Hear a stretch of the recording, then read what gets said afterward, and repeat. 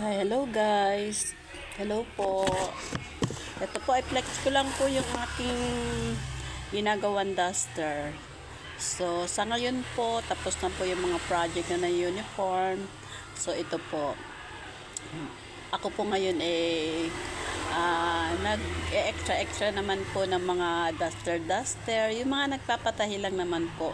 Pero hindi po ako gumagawa ng ready-made.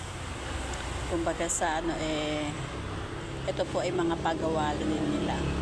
Ito pong duster, nagawa ko na po ito yung dun sa 4 na peraso. Bali sa mother niya. Bali anak naman po yung nagpapagawa sa ngayon. So ayan po. Medyo parang style din po nung ganun din po siya. Nagustuhan po kasi niya. Ayan po, maglalagay po tayo ng packet para kahit pa paano meron siyang lagayan ng mga anik-anik niya.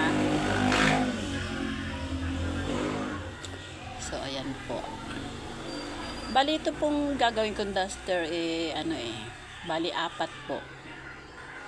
So, ayan po. Nakikita nyo bakit may yellow?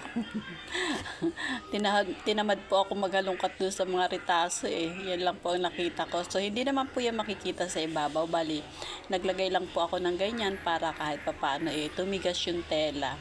Sobrang lambot po kasi Pero marami naman po ako ritaso. Medyo, yan lang po ang medyo nagustuhan ko. So, ayan.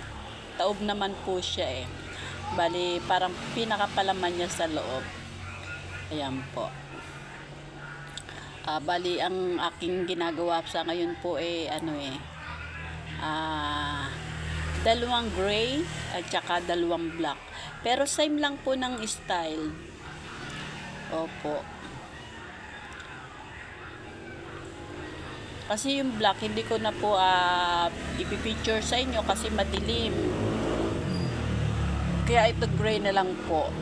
Magkaiba po ng style niyan. Makikita nyo po yung isang ipopost ko rin po. Ang style naman po nun puro garter. Sa ngayon po, wala na po tayong maraming project. Kaya siguro kahit papaano nakahinga-hinga na rin tayo ng maluwag. Kasi po, kapag marami po talagang project at uniform hindi po talaga matatanggihan. Lalo yung mga bata talagang excited na sa kanilang mga uniform. Kahit gusto mong ipahinga, kailangan mo isipin para sa kanila. Yan naman po ay may garter din sa likod. Ayan po, may garter po siya sa likod. Sinaside close na po natin. And then pagkatapos po agingan. Hindi ko na po ipapakita yung pagpapag-aging kasi hahaba pa po yung hahaba pa po yung video ko. Bali yung aging naman po siya. Ayan na po. Tinutupian po natin yung laylayan niya. Yung laylayan niya po tupian muna natin ng 1/4 and then mamaya naman po ay half inch. Yes po, ayan. Half inch at saka 3/4 lang po ako magtupi ng ng laylayan niya. Marami pong salamat muli sa lahat-lahat ng aking mga followers, viewers, at sa lahat ng aking relatives.